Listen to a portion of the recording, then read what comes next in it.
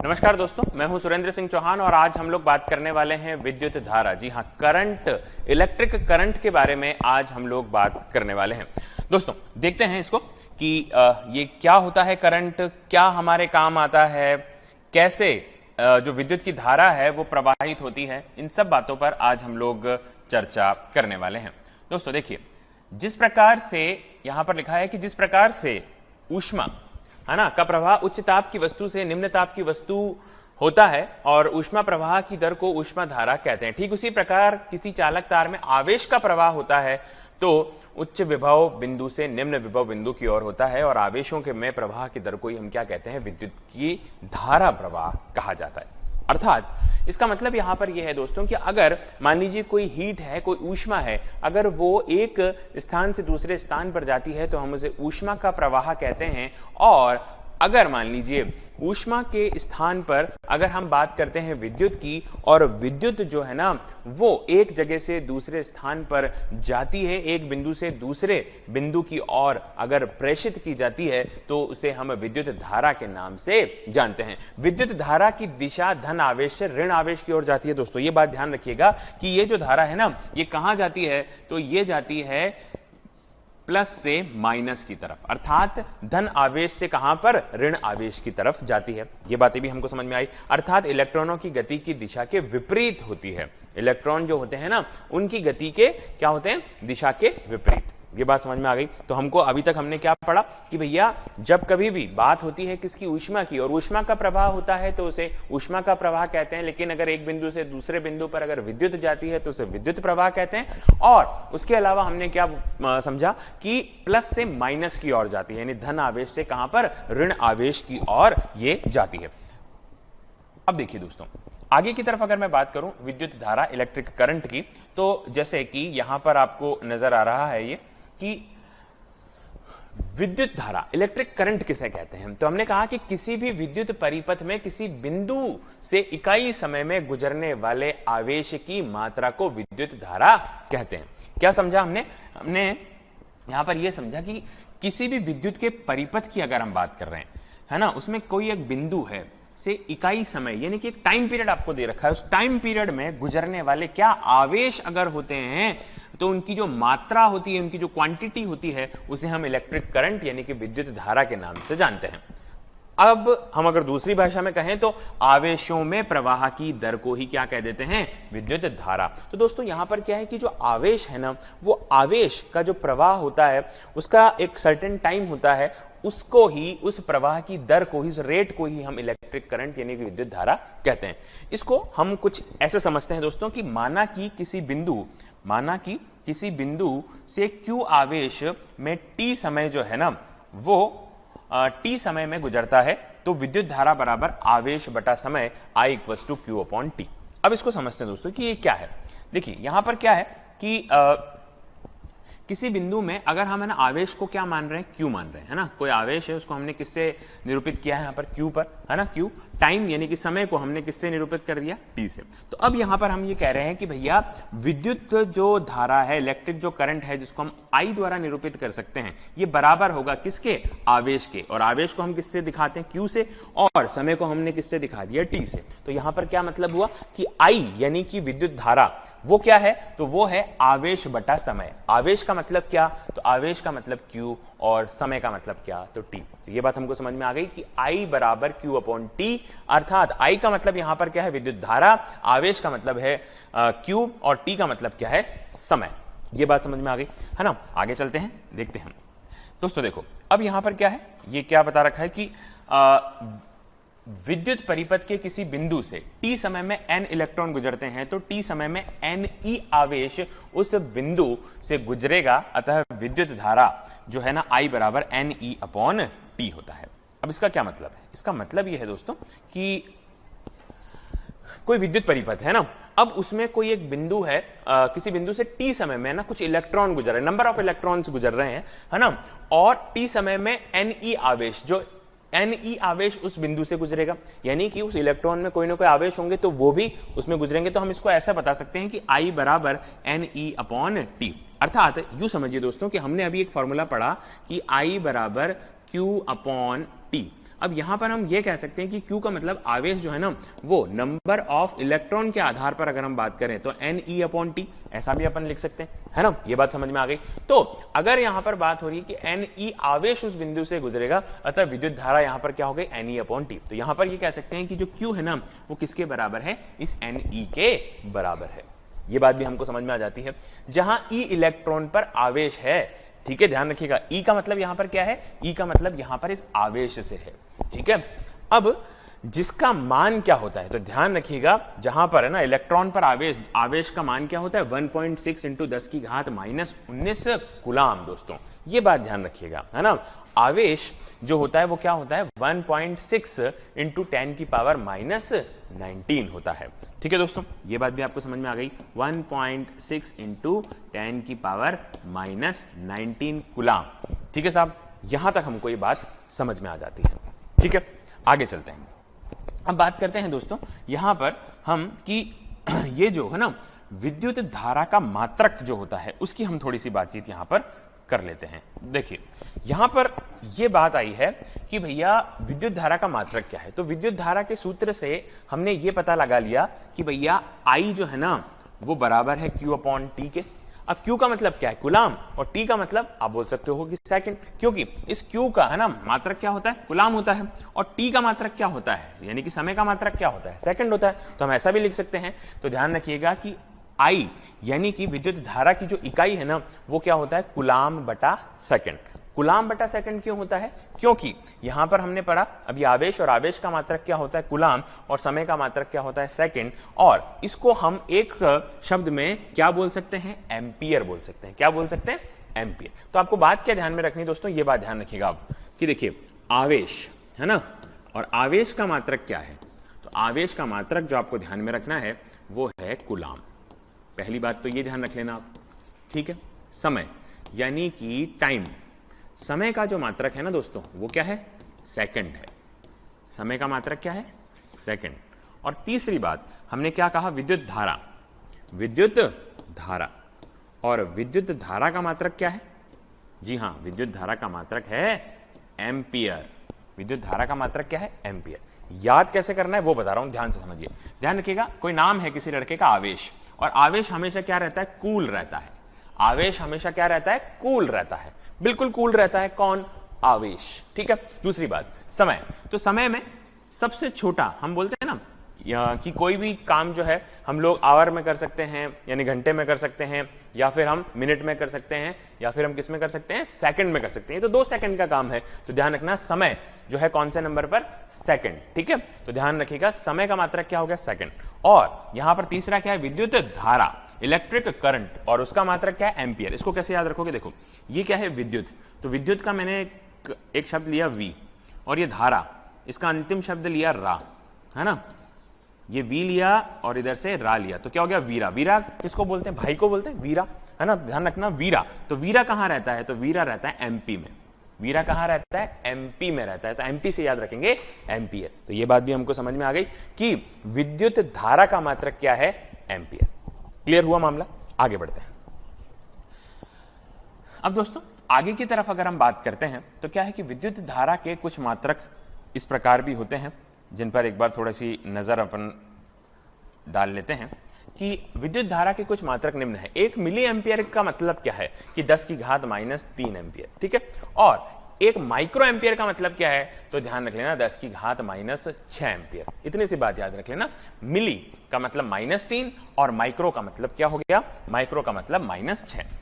1 ampere की परिभाषा की अगर मैं बात करूं तो यहां पर यह होता है कि अगर Q यानी कि अगर हम आवेश की बात करें वो अगर 1 कूलाम है, T यानी कि समय बराबर 1 सेकंड है, तो वो किसके बराबर होगा, 1 एम्पियर के बराबर होगा। कैसे होगा, देखिए ऐसे होगा कि जैसे यहां पर लिखा है I बराबर, है ना, I का मतलब क्या है, विद्युत, I का मतलब क्या है, विद्युत धारा, है ना। और यहां पर Q/T ये हमारा फॉर्मूला बनता है। तो 1 यानी कि Q आपको 1 दे रखा है और T भी कितना दे रखा है, 1, तो इसका जो जवाब होगा वो क्या होगा, 1 एम्पियर। ये बात भी हमको समझ में आ गई, ठीक है। अगर मान लीजिए कि यहां पर अगर ऐसा दिया हुआ होता कि जो कूलाम है ना, अगर मान लीजिए वो 4 है, ठीक है, समय जो है ना वो कितना दे रखा होता है, मान लीजिए 2 सेकंड दे रखा होता, तो यहां पर ये कितना होता, तो ध्यान रखिएगा कि ये इसका जवाब होता 2 एम्पियर। ये बात समझ में आ गई है ना? यहां तक भी बात आपको समझ में आई? यहां तक कोई समस्या? कोई समस्या नहीं। आगे चलते हैं।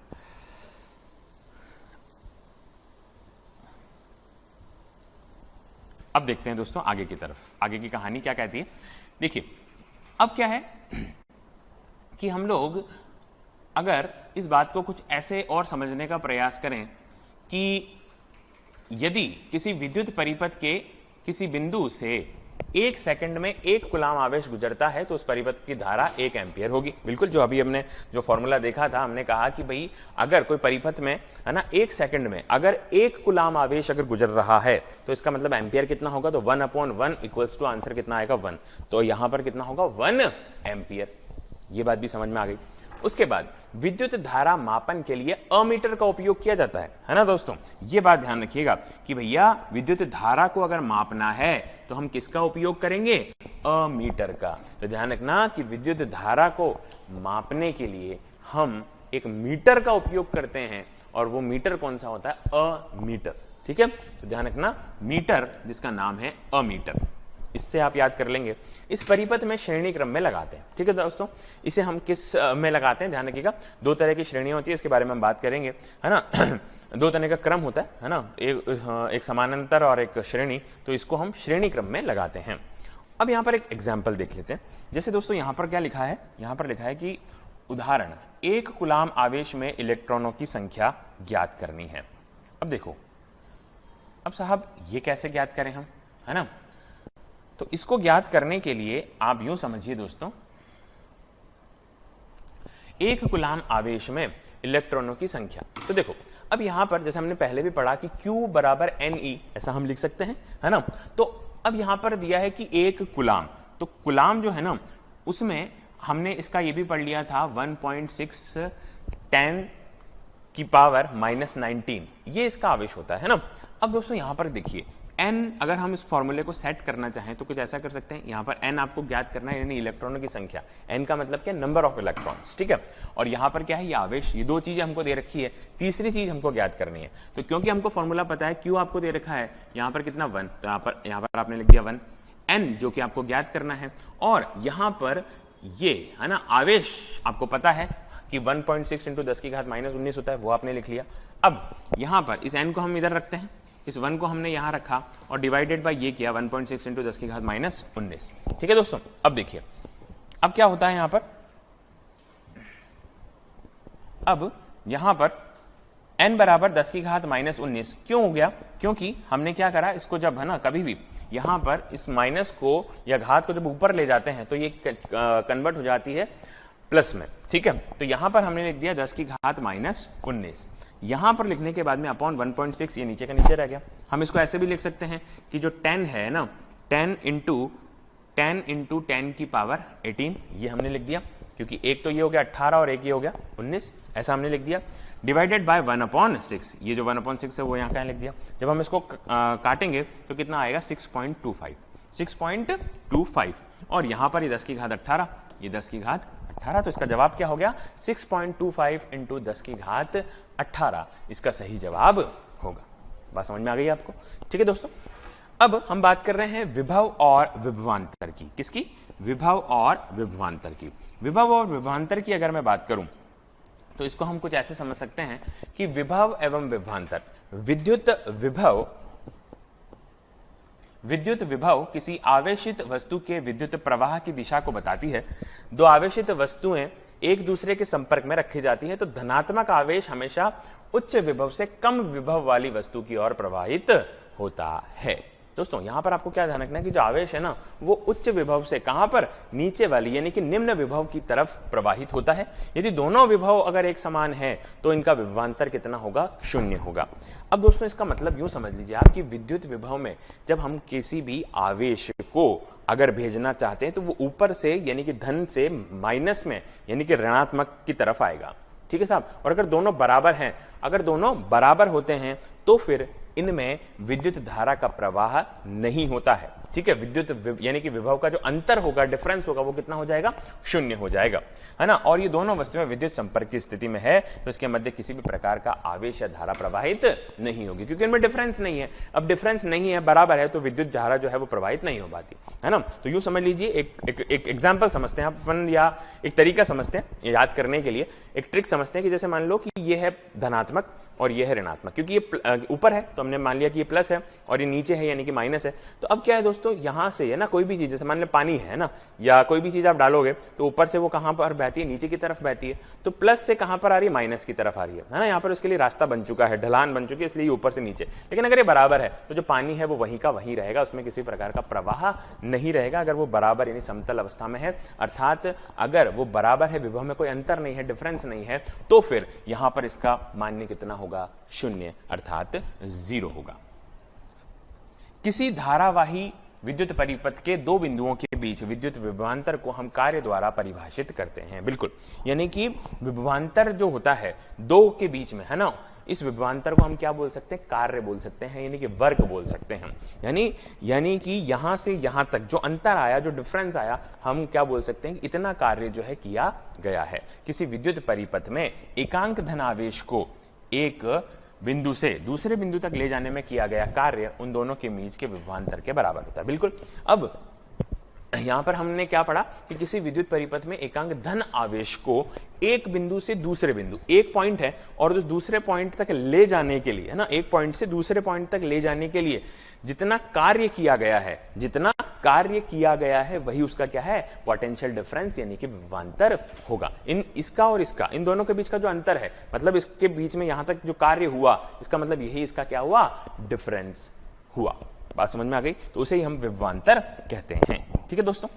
अब जैसे इस बात को हम ऐसे कह सकते हैं कि VA माइनस VB, यानी कि दो विभव के बीच में अंतर यानी विभवांतर जो है VA माइनस VB बराबर किया गया कार्य। हमने कहा ना कि भाई ये किसके बराबर होगा? वर्क के। और हम किसको प्रवाह कर रहे हैं? आवेश को, इसलिए डिवाइडेड बाय Q। यहां तक बात आपको समझ में आ गई कि भैया हमने यहां पर ये कहा कि किसी भी विद्युत परिपथ में एकांक धन आवेश को, आवेश की बात कर रहे हैं, तो आवेश को हम ले जाना चाह रहे हैं, तो यहां पर हम क्या बात कर रहे हैं कि विभवांतर जो होगा, विभव ये अंतर हो गया, है ना, जैसे ये A पॉइंट और ये B पॉइंट, इन दोनों के बीच का अंतर, है ना, तो विभवांतर किया गया कार्य और किससे संबंधित? आवेश से, इसलिए डिवाइडेड बाय क्या कर दिया?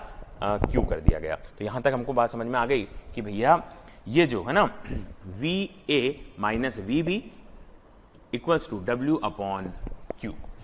क्लियर है बात? आगे बढ़ते हैं दोस्तों। VA minus VB equals to W upon Q। यहां तक हमको बात समझ में आ गई, है ना, W अपॉन Q। अब दोस्तों अगर हम आगे की तरफ बढ़े तो यूं समझ लीजिए आप कि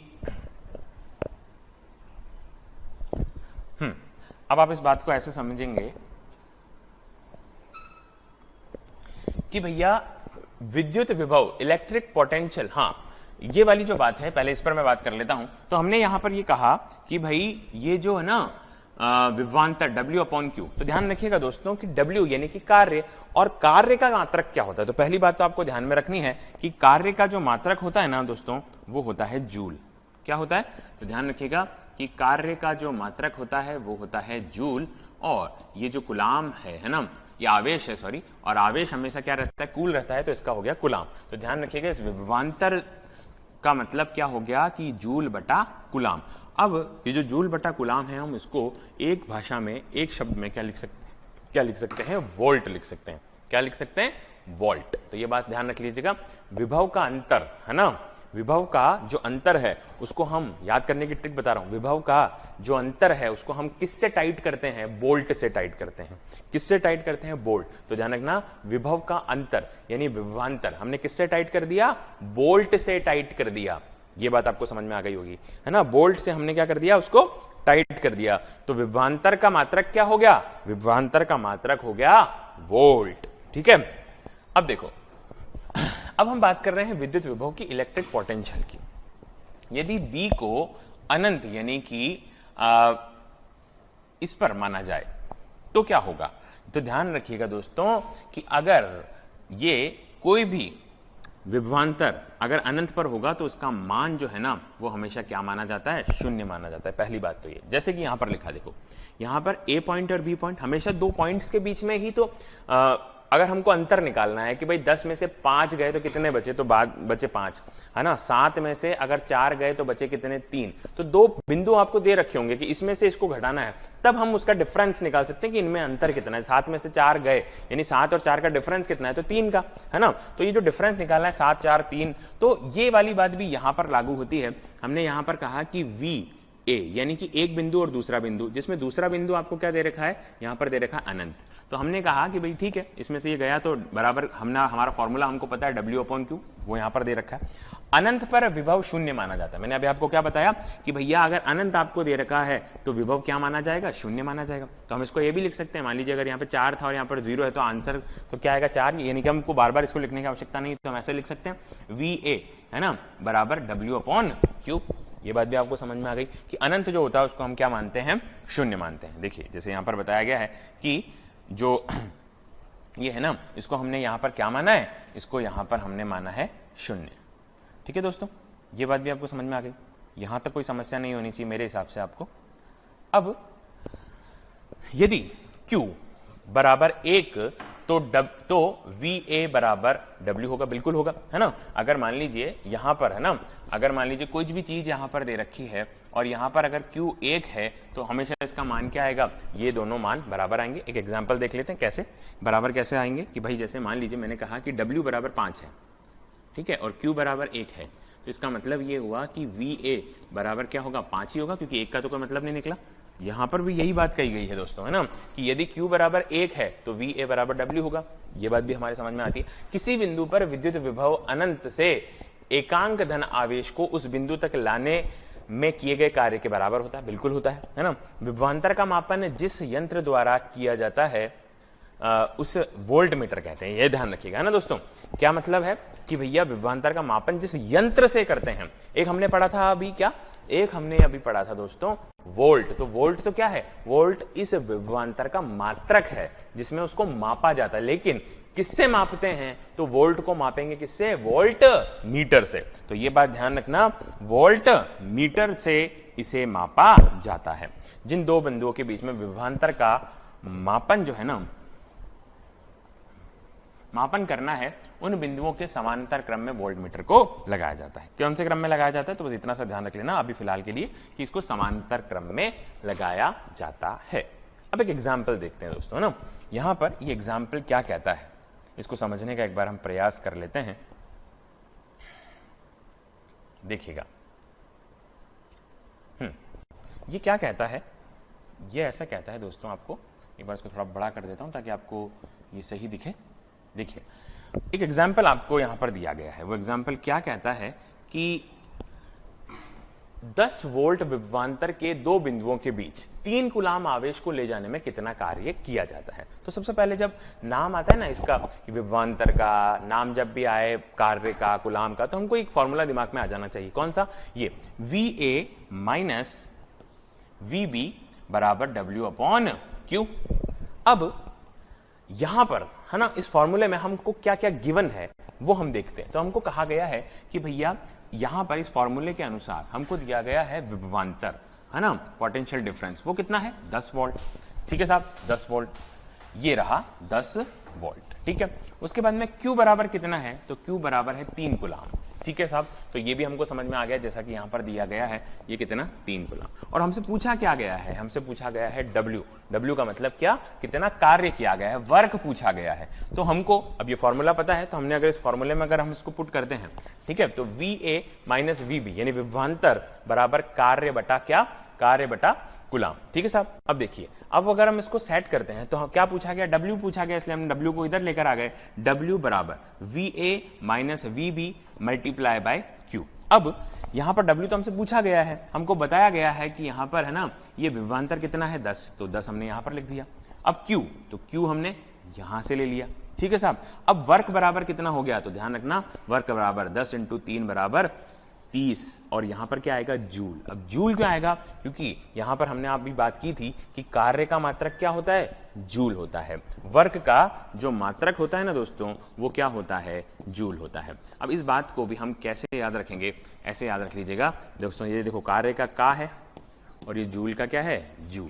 तो ये शब्द ध्यान रख लेना, काजू। ये बात समझ में आ गई हमको। तो वर्क बराबर कितना होगा, तो वर्क बराबर यहां पर होगा 10, यानी कि विभवांतर मल्टीप्लाई बाय, यहां पर कुलाम करेंगे तो 10 × 3 बराबर 30। ठीक है दोस्तों, तो आज के लिए फिलहाल इतना ही। जय हिंद, जय भारत।